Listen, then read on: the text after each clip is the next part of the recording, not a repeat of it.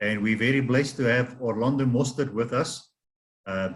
He's a multi-talented person, businessman, pastor, but he has, over the years, prepared himself to be a futurist, connecting the dots from a biblical sound perspective, but also looking at what's really going on.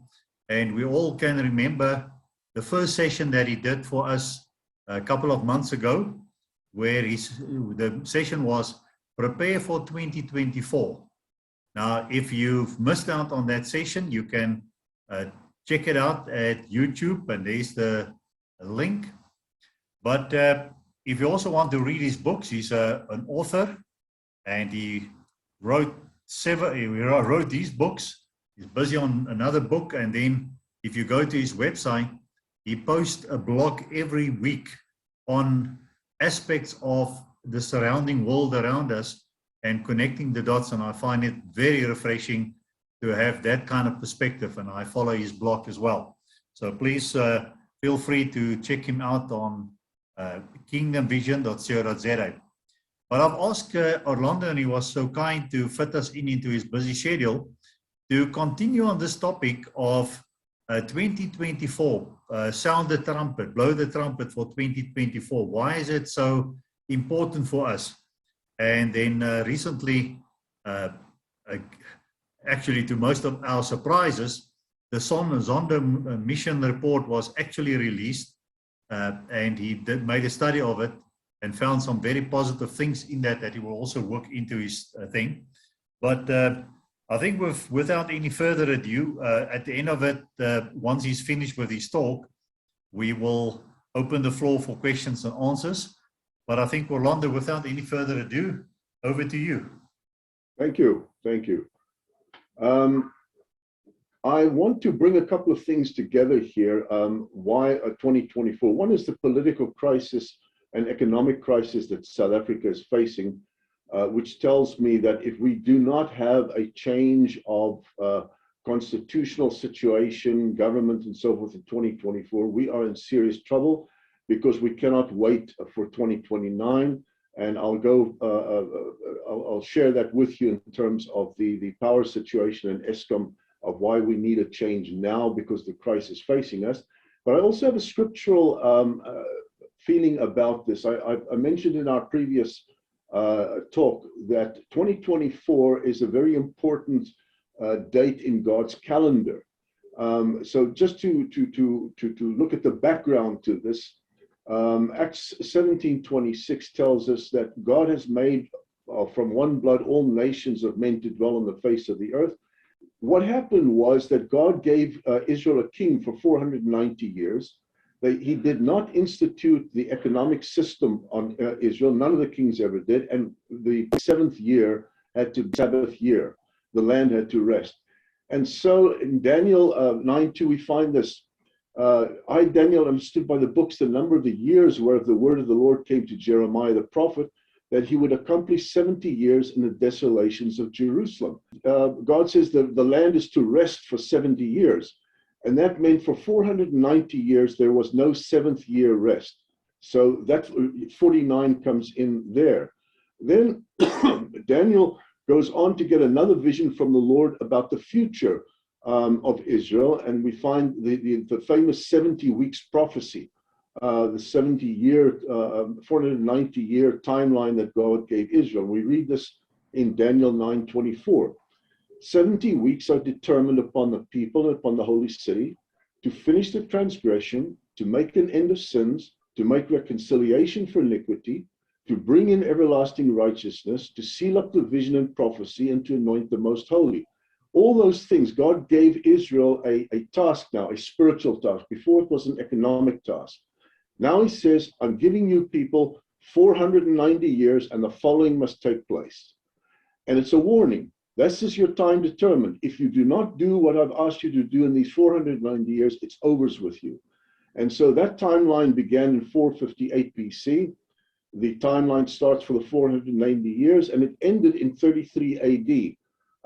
And Jesus told the Israelites to Jerusalem, he says, "Oh, Jerusalem, Jerusalem, I wish you had known the time of your visitation. And that time he's referring here that Daniel prophesied this. And they did not do what God required of them. And so Jesus said, the kingdom has been taken away from you and given to another. So again, once again, this 490 years is very important. And then I found this fascinating situation about 490 years.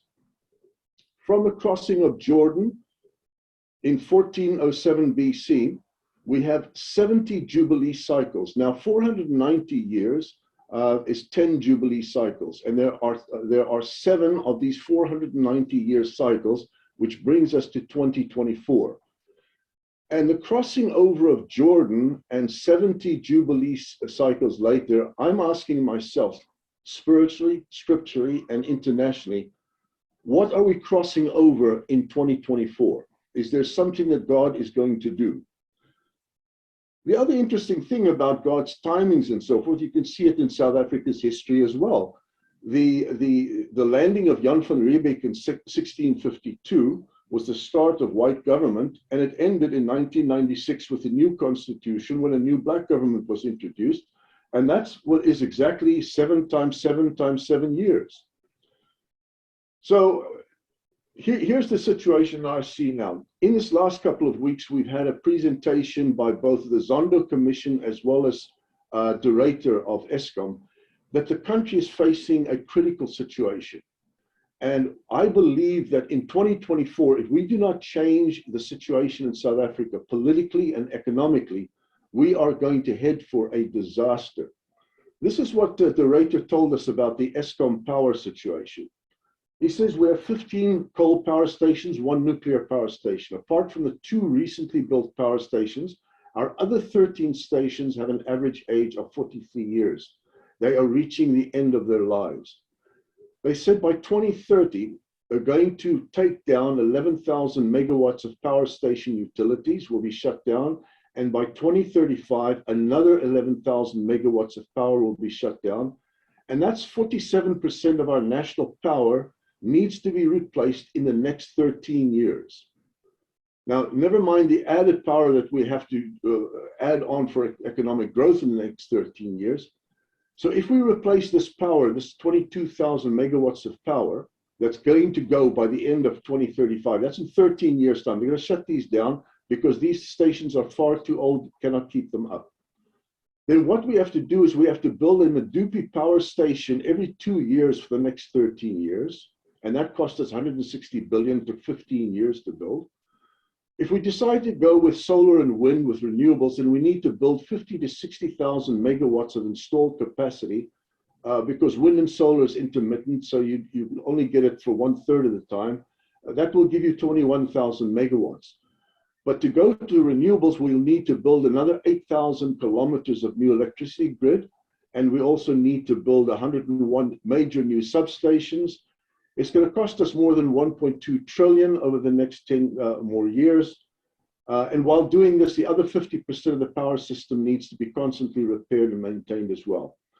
Here's my conclusion to that. Conclusion number 1, if the ANC remains in power after 2024, right through to 2029, we will never fix the power crisis and the South African economy collapses to Zimbabwe or Nigeria levels. Conclusion number 2, we must have a change of government in 2024, plus changes in the constitution, which I've described.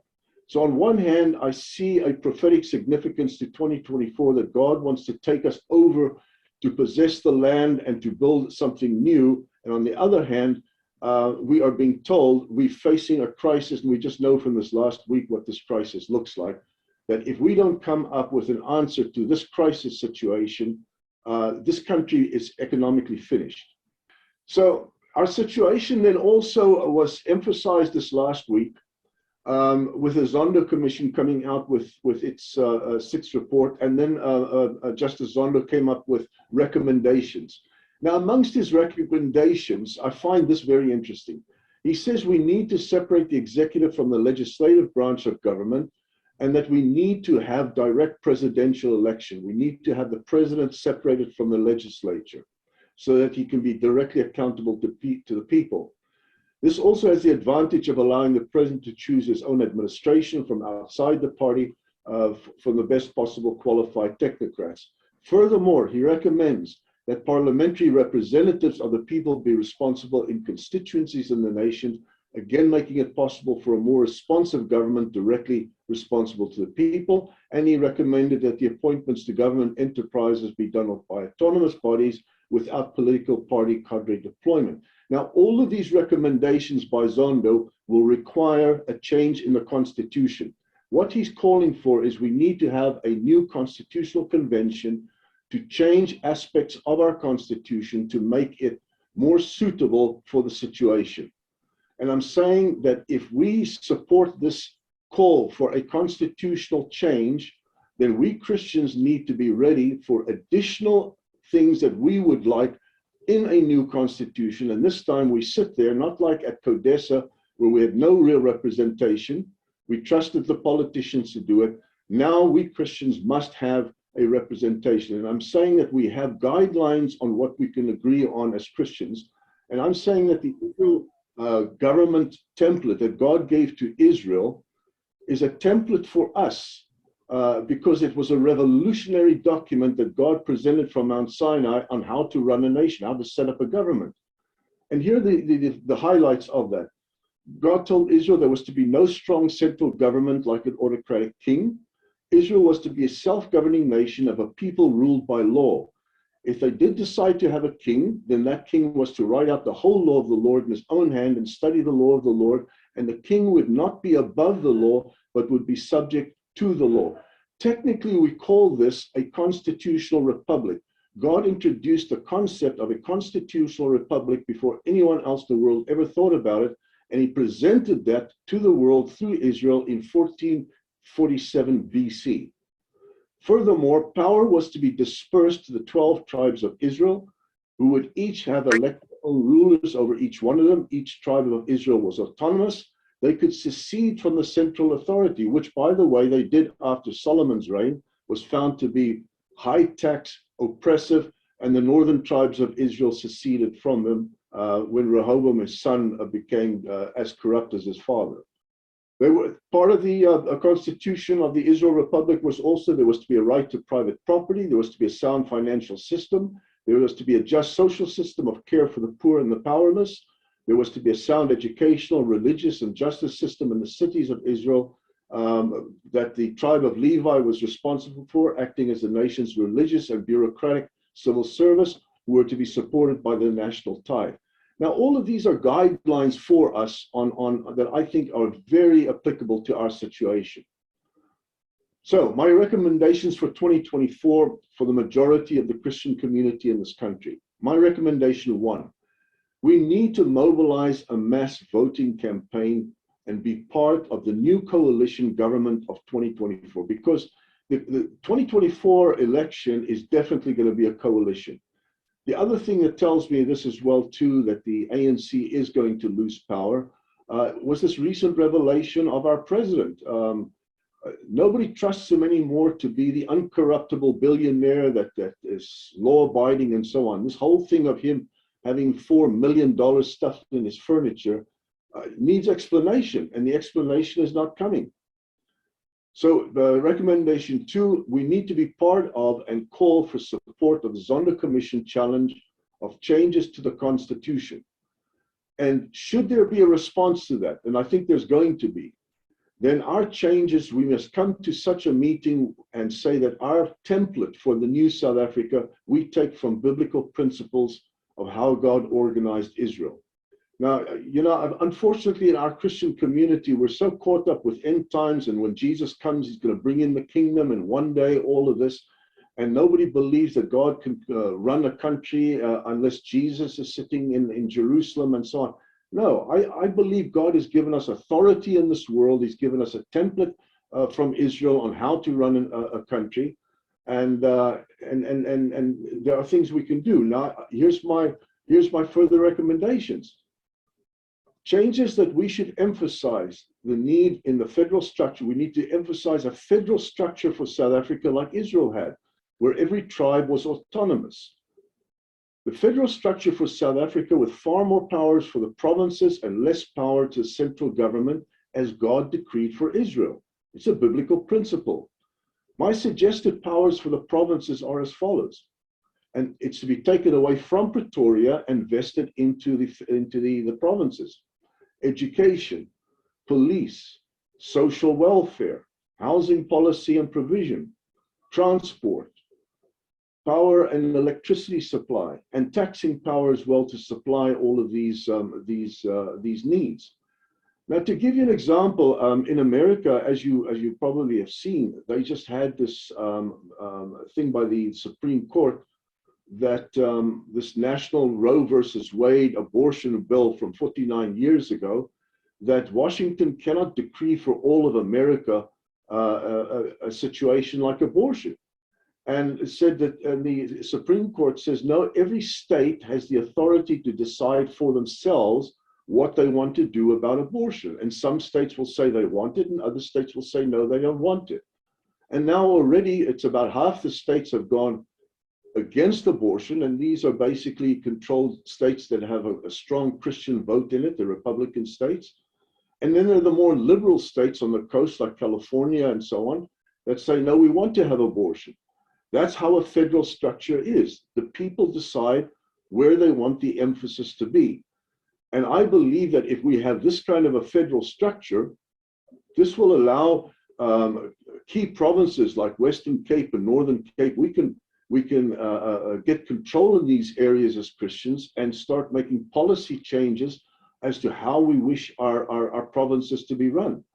And when we gain control of all of these sectors like, excuse me, like education and social welfare and all these things, we can place people in there that's not a matter of cadre deployment, but people that are technocrats that know what they're doing in every sector. And it's not necessarily a Christian that might know. We ought to be voting in people that have the technical skills to run various things in government. And I do believe that sitting in our churches are experts in all of these areas, which would be a tremendous boon to a province to have these kinds of people running these operations. So I believe that the 2024 is our moment of decision. If we can get the changes and a government in, if we can participate and change the government into a coalition government, I'm not pushing any particular party here. I don't care which party anyone belongs to, but I think we can persuade a lot of the parties in South Africa that the provinces need to have more powers, because we can no longer trust Pretoria to make the decisions for the whole nation, because the decisions haven't been correct, policies have not been implemented, cadre deployment has destroyed the civil service and the ability for the state enterprises to function properly. Power now needs to be diverted to the provinces, where the local people can make their decisions and appoint the kind of people that they trust. So that is my feeling about 2024. I feel spiritually that God is ready to do something great. I believe if we can get this change and we can get control, for instance, of a place like the Western Province, we've got prophecies from God that a great revival will start from Cape right through the nation into Africa. But revival is not enough in the old sense of the word. We need a reformation. We need a restoration of proper governance, and the power of God must start flowing into the way we run a nation, how we run an economy. And we can only do that if we as Christians are participants in there.